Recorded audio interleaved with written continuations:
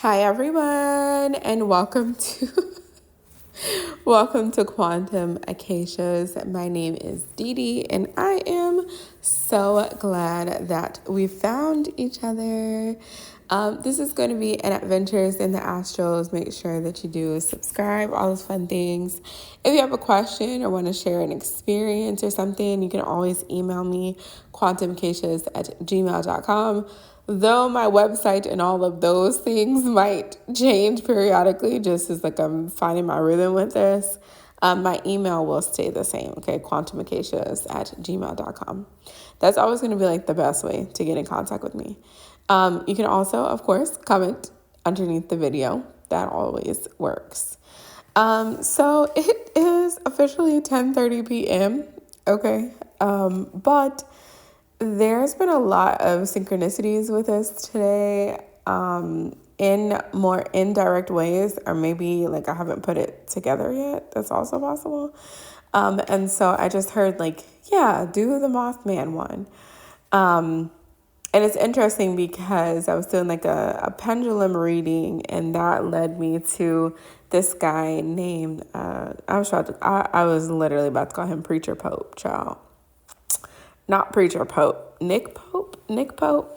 I think they said he was on Ancient Aliens, yeah.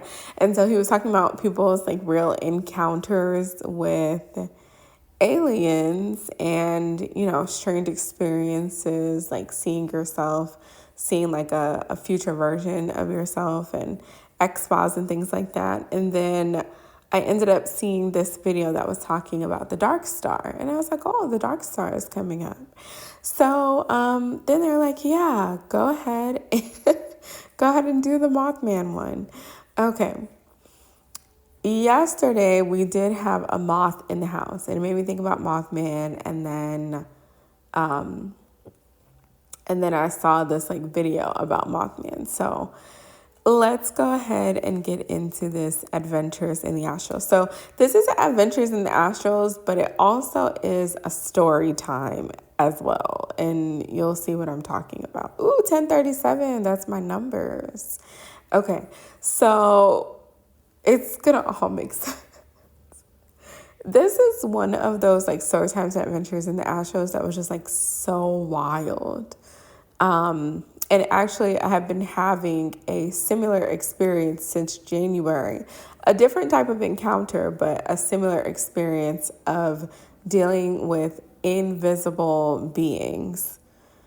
Yeah, and my understanding is that they're invisible because they are, I don't know the like proper terms, but like the energy of like they're in a different frequency, or maybe they are not in our light spectrum or something, so you can feel them and sense them and things like that, but you don't have like a visual representation of them.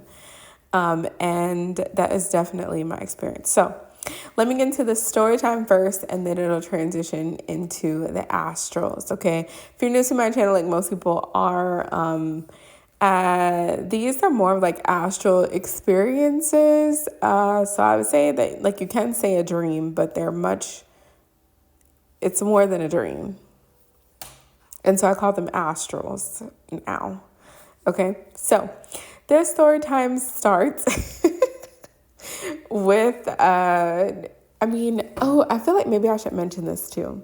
I'm going to mention this too, and I'm going to mention it very briefly. Okay, so yeah, because it goes into Sankofa. Okay, so I had a QHHT session back in 2021.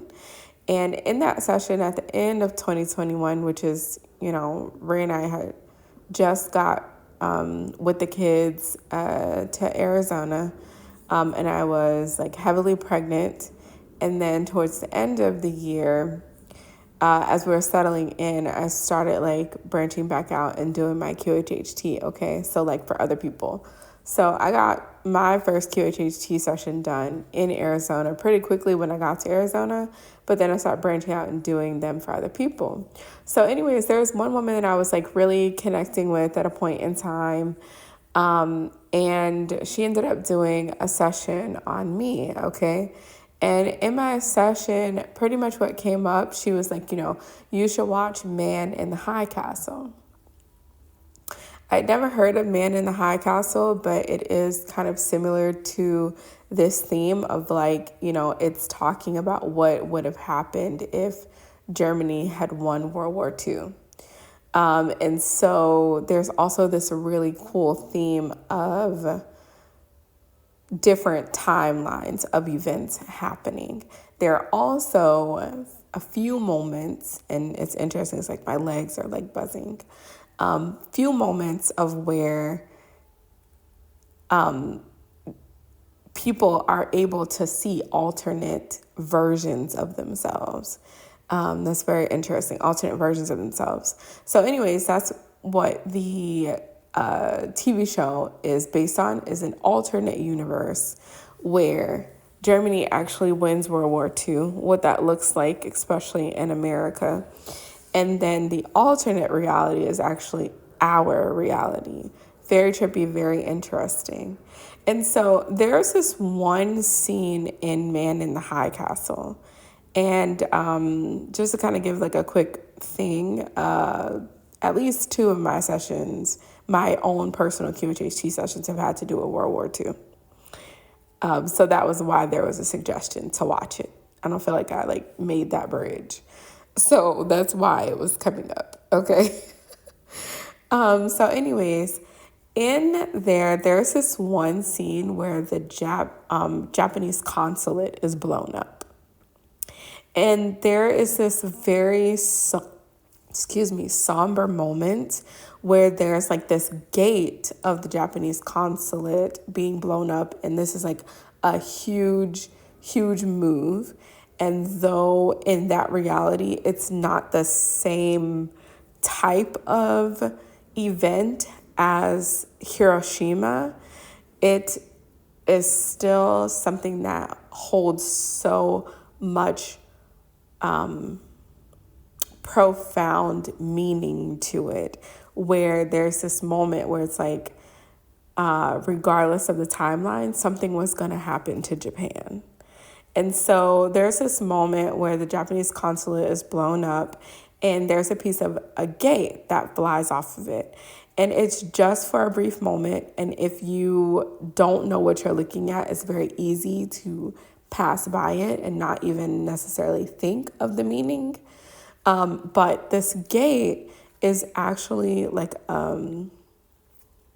very similar to gates in New Orleans.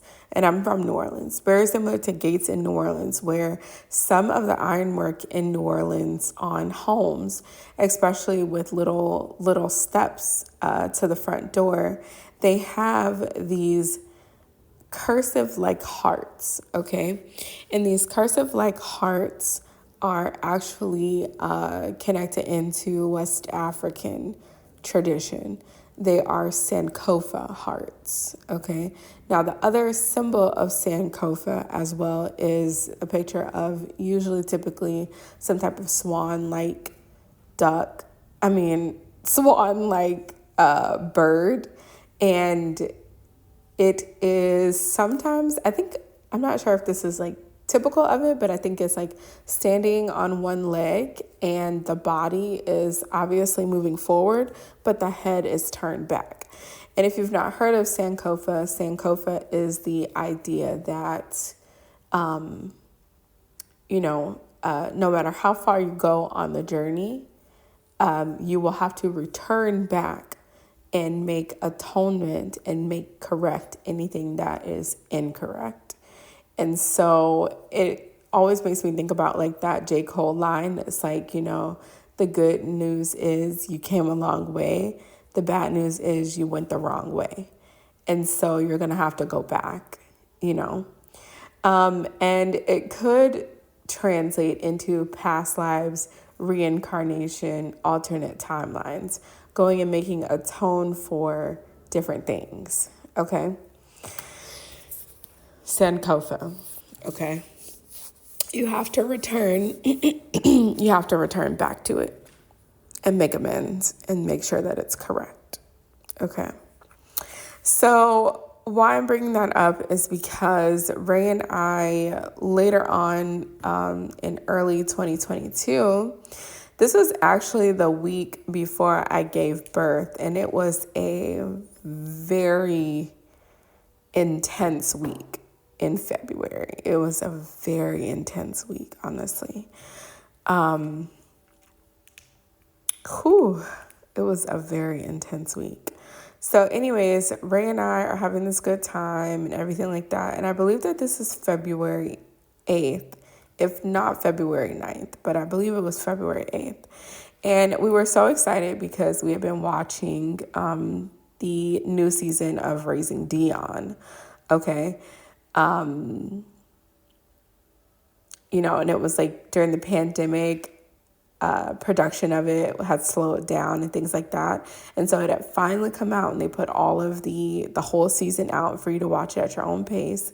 And that was like our little like date night in the hotel with the kids and stuff like that. So we put the kids to sleep in the hotel, and then we would sit like on the couch and we would watch an episode or two of Raising Dion. So we were finally to this episode of Raising Dion that was literally called Sankofa. Now it's interesting because right now I don't actually remember what the episode was about, but I remember when we saw it and I was like, Sankofa. And I think the day that we were watching it was also very similar to was also like the date of that day. So hold on, let me see. I don't know if I said that correctly, but you'll see what I'm talking about. So, Raising Dion, Sankofa. Okay, so the Sankofa episode was season 2, episode 2. So, not exactly, because it wasn't February 2nd. It was definitely February like 8th or something like that. But anyways, so we were watching the Sankofa episode. I don't know. I'm not entirely sure, honestly. I'm not entirely sure. But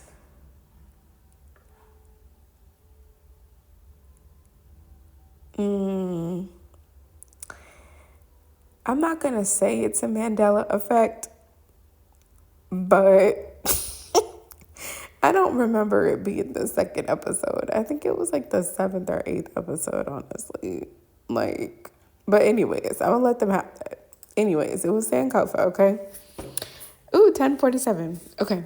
So anyways, so we're watching that episode. And like I said, I can't remember exactly what the episode was like about at that point. But I remember that he had like this costume on, okay? And it was like his like superhero costume. And it had like MM on it. And I was like, what does that have to do with like Dion? Like why did he choose MM? And so we're going through the episode and stuff like that. And then Ray gets a phone call, right? Kind of like in the middle to the end of the episode. So we pause it. And I'm like, yeah, answer the call. And I think it was like someone. And so I was like, yeah, answer the call. We can just like pause it. So anyways, as he paused it and he's talking, he's like sitting next to me on the couch. I get this like vision in my mind of someone coming up to me. I kid you not. Like I get this vision in my mind, just like a daydream, and if, you talk to spirits, mediumship and things like that, it's almost like a movie starts playing out and you're just watching it. And so I see this like scene playing out in my mind, and there's this guy, he's coming up to me and he's like, you need to remember the dark star. I'm like, I need to remember the dark star. He's like, yeah, you need to remember the black star. So I'm like, okay, can you expound on that? And so he starts telling me that I need to remember the Kadistu. I'm like, okay. And that I need to remember Mul-ge, okay? And so he spells out Mul-ge for me. Mulge, Mul-ge. So I'm like, okay. So I get my notebooks. I think I had like a yellow little note, like those little Lego pads, on the table next to me, and I always stay with a journal or something like that. I got a notebook in front of me right now. I always stay with my pen and paper. So anyways, I'm like writing it down. Then I put it into my phone. I'm like, okay, cool. Like there's something about that. So then Ray gets off the phone and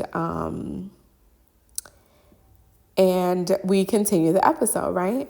So I don't know if I looked into that stuff like right then and there, because I think I was like really tired. Like by this point, like I'm about to give birth any day now. So I'm like, exhausted and tired and really ready to like, give birth and stuff, okay? So I don't think that I looked it up right then and there, but I was really tired. And there's also this kind of like quiet energy in there. Now we're living in a hotel at this point, and so there's always like sounds going on. But if you know what I'm talking about, there's certain experiences where like there's this different kind of level of quiet. And within the quiet, there's almost sometimes like I don't know if I would say a static, but there's like a noise in it that's not necessarily static, because it almost sounds like, I don't know how to describe it, like a breath of fresh air that could sound like it could turn into like singing or something. I don't know how to describe it, but anyways, it was something like that, okay? So I'm like, oh, that's interesting. And so I'm laying down on the couch, because at this point, like I'm only comfortable on the couch. I don't want to lay in the bed. I want to lay on the couch. And they had like this pillow, and it was like perfect. And then I put this other pillow between my legs so that, my leg was supported, my pelvis was supported. Like I was just feeling the couch. And so I'm laying on the couch and I'm closing my eyes. I kid you not. And I literally at my feet, okay? So like I'm laying at the couch, like on the left side of the couch, okay? And that's where my head is. So my head is like near to the beds, okay? And my feet are towards the door, okay? So my husband is laying on the beds with the kids, like towards my feet, okay? And this is important because I knew it wasn't him. And my feet are towards the door, okay? So like the couch and the feet, are right by the door, okay? The bathroom is also behind me as well, like by my head, okay? So there's no one that could be sitting down. I literally feel by my feet, because I'm like all of 5'2". And so my feet, when I like, kind of scrunch them towards me, it leaves a lot of space on the couch, okay? I feel someone sit down by my feet. Like I literally feel when someone sits down and you can feel the pressure of their butt, like sitting on the cushion, literally. And I know it's not my husband, because I know that now my eyes are closed, okay? My eyes are closed. I know it's not my husband because I know how tall he is, And then if you really think about it, even if your eyes are closed, you can kind of sense them. This person was like tall. Like I couldn't tell exactly how tall he was, but I could like sense that he was very tall, even sitting down. So I'm like, what in the world is going on? Now, I just had this thing about Mul-ge and the Dark Star and Kadistu and stuff. So I wasn't expecting this, but I wasn't necessarily surprised that something interesting was happening. Plus, I have weird phenomena and stuff like that all the time, honestly speaking. And so I just kind of peeked my eyes, okay? Because I was, like, my eyes were closed at this point. I just kind of peeked my eyes just to make sure, like, it wasn't meant to be nothing crazy. And I couldn't see this energy, okay? It was invisible to me. I couldn't see this energy, but I could feel him sit down. And I could feel that it was a male energy. And so in my mind, I was like, okay, they're probably telepathic. Like that was my first thing. And I was like, a lot of the time beings, that interact in these different ways, they can hear your thoughts. So I'm like low key scared, but also like it didn't feel like this presence was, weird or anything like that. So I just said in my mind, I'm like, if you can hear me in my mind, like, please come to me in the dream world. Like, just come and talk to me in a dream, because this is really uncomfortable, okay? And so then, like, I just drift off to sleep, okay? And it's funny because even though I said that, I still wasn't necessarily expecting an interaction. Like, even though I said it, I still wasn't necessarily, like, expecting interaction, right? Because sometimes those things happen and, like, that night you don't get the dream. Like, it might be, like, within the week or something. I go into the dream world. I'm drifting off. I go into the dream world. The next thing I know, and this is the adventures in the Astrals, okay? I am in the dream world and I am, like, in this suit, the silver suit, and I am standing behind these two, like, agents. Now, I don't know which 3-letter organization it was or anything like that, but these are obviously, like, high-ranking governmental agency agents, okay? And I'm standing behind them, okay? And they're in front of me, and there's a silver table, and there's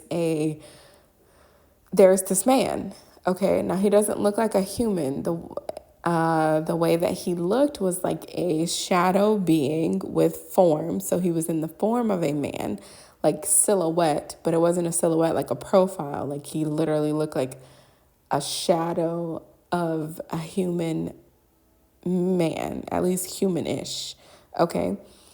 And he was on the other side of the table, and they were, like, interrogating him. And they're like, who are you? And why are you here? Okay. Now, I don't know if these two agents knew that I was there.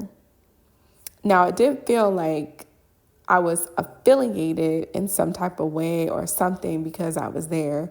And I was also in, like, this silver kind of metallic suit. And they were both wearing black, and then he was just kind of sitting in his shadow, right? In just shadow form. Now, he did not have red eyes or anything like that. And so they were, like, interrogating him, right? But he's looking at me. So we're looking at each other in the eyes, okay? And he had, like, a form of eyes or whatever. So we're looking at each other in the eyes, and I know, like, we're communicating on a different level than how they're communicating. Like, we're communicating kind of telepathically with each other as he's communicating to them. So they're like, who are you and why are you here? And blah, blah, blah, blah, blah, right? Like, trying to kind of intimidate him. But I know that he definitely has the upper hand. So whatever the strategy is, like, he definitely has the upper hand here.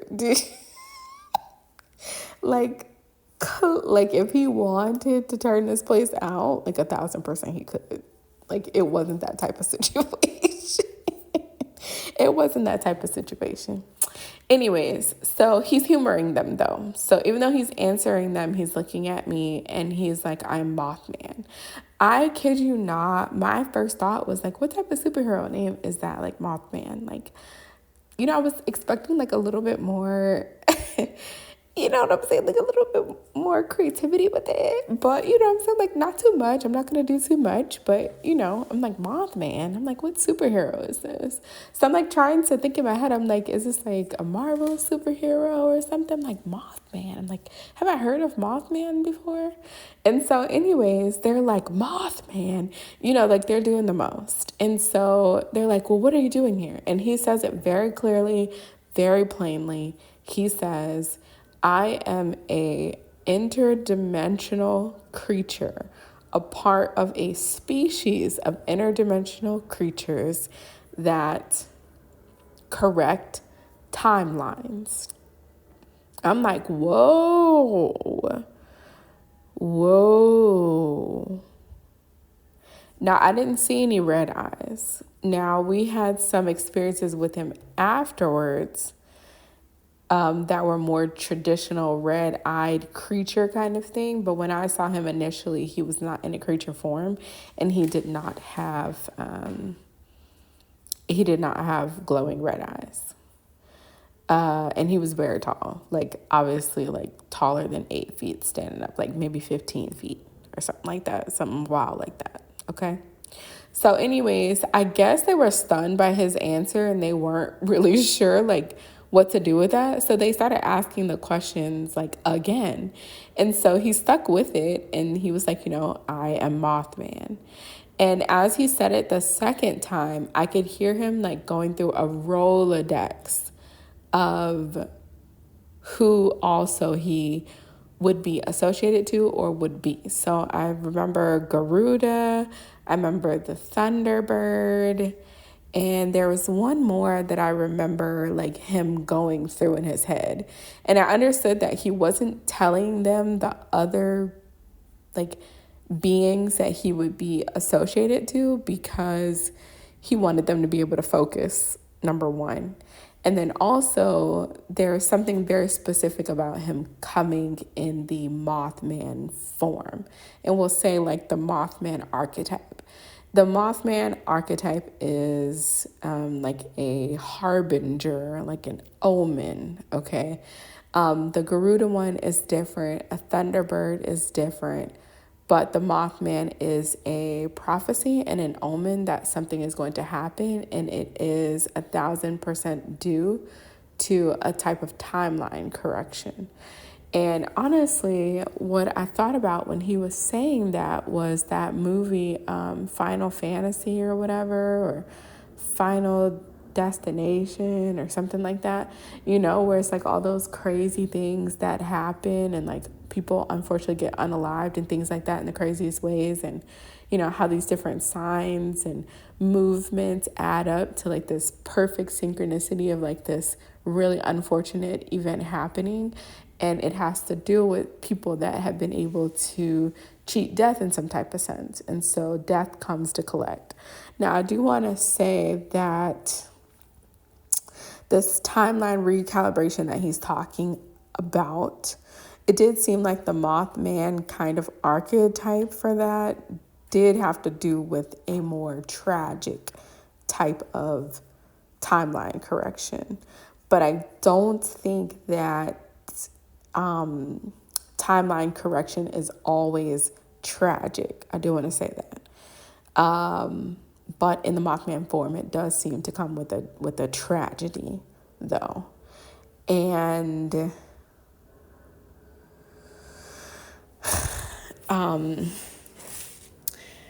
yeah, there actually was a tragedy that happened about less than a week after this dream, which I'll probably talk about that another time because it's still really a fresh topic, and I don't really understand everything that went into it.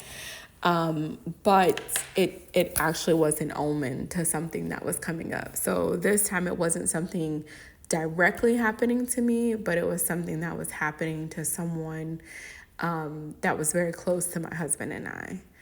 And I didn't know exactly what was going to happen, but I understood as I was researching him, as I came out of the dream, that it could be pointing towards some type of omen of something. And it definitely did.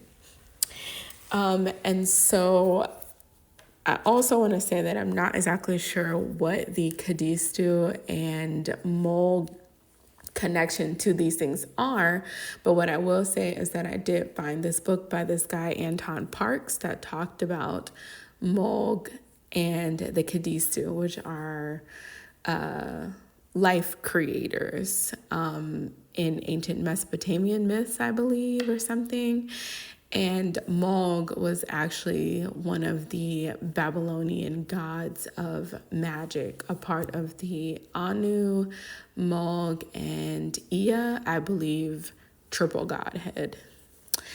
And I do believe that the black star, the dark star, is Nibiru, which I personally believe is Jupiter, the all-seeing eye of Jupiter. Which is just Pater, which definitely could be Hades, which would connect to Enlil. I'm not exactly sure about that, but that's what I would think. So that's what I have for you guys today. Make sure that you like, comment, subscribe, send me an email, all of those fun things. And I will be back with more interesting stuff sooner rather than later. Bye.